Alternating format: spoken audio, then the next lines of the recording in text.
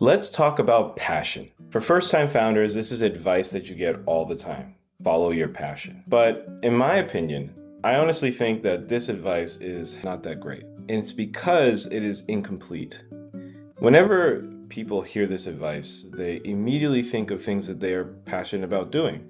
But sometimes that passion is not something that you can get paid for. See, one of my passions is basketball. I love playing basketball, no matter what the situation is. I watch it all the time, I think about it all the time, and it's something that's been a big part of my life. But if you really think about it, can I become a professional basketball player? Probably not. This is a great example of your passion not necessarily equaling something that you can get paid for or build a business from. Sure, some of you might say, oh, Lee, well, why don't you be a basketball coach? Or why don't you create some sort of basketball app or create some content for basketball? And these are all potential ideas. But I'll challenge it with two things. The first thing is that, sometimes when people follow their passion and make their passion a career, it suddenly becomes like another job and they start to lose that passion for that thing that they're doing. This has happened for people who are, musicians or singers who become professional singers. They start to lose a little bit of passion. Same thing with people who are chefs. Sometimes they really love making food or eating food, but when it becomes their job, they become desensitized to it and they lose a little bit of the passion of that. For basketball, since it's so dear to my heart, it's not something that I could see myself really getting up every day and doing as a job. I really use it for stress relief outside of work, so I wanted to keep it that way. Another thing is that for creating things like content or creating things like becoming a basketball coach or making a basketball app, you really need to have expertise in the business side of those things. So I know basketball, the rules of basketball, how to play basketball, but I don't know necessarily how to teach others how to play basketball. Similarly, I don't know how to make an application. This is something you need technical expertise with. And for content, it's a very slow and detailed process that you really need to think about before getting into. These are some of the things where it's like, okay, yeah, follow your passion, but there's no roadmap for how to actually do that. One of the things that helped me realize how to take one of my passions and turn it into a business idea is the Japanese framework called Ikigai. Ikigai is a framework that helps you see the intersection between what you're passionate about, what you're good at, what the world needs, and how you can get paid for it. So let me show you an example of how this is actually working for me. What am I good at?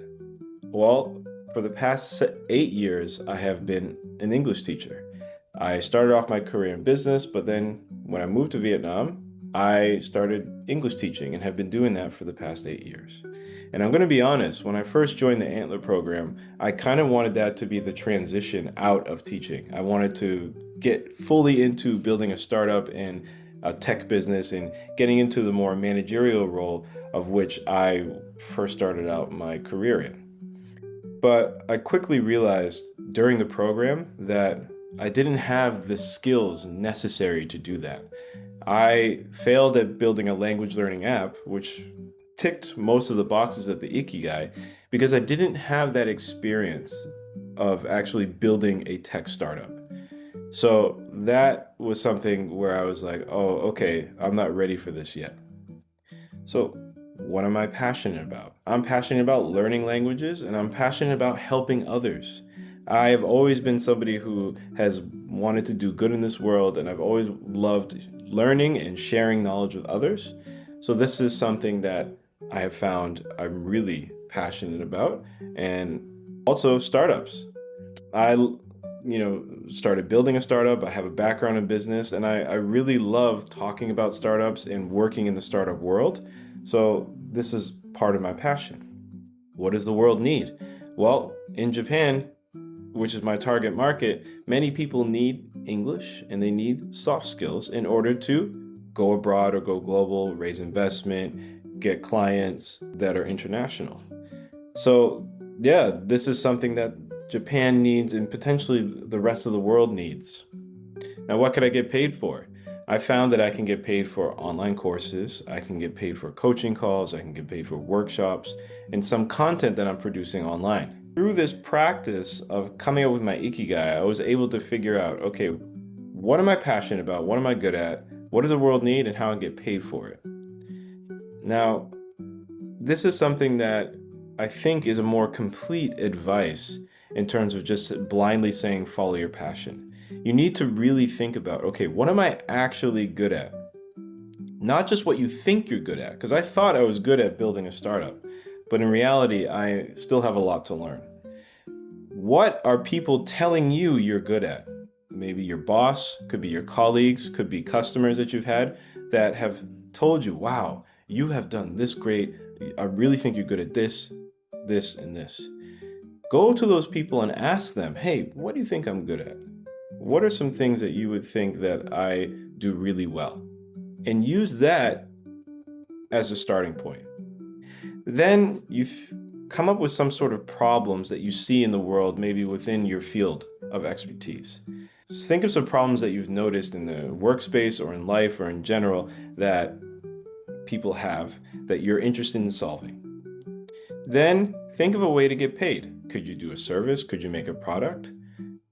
How can you get paid for helping them solve that problem? And within those three, right? Something that you are good at, something the world needs, and something you can get paid for. I want you to then think, okay, which one of these things am I most passionate about? Because what happens is when you start from the passion point, it can lead you down a path where you might be going down somewhere that you're not really thinking about the other three.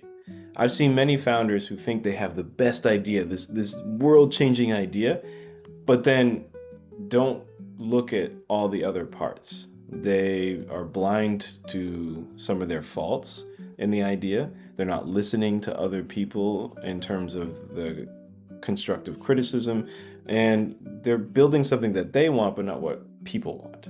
There needs to be a balanced approach to starting a business, and I think that following your passion is important, but it needs to be coupled with the other three. So hopefully this helps you next time you get this advice to follow your passion. I want you to really think, okay, what is my Ikigai?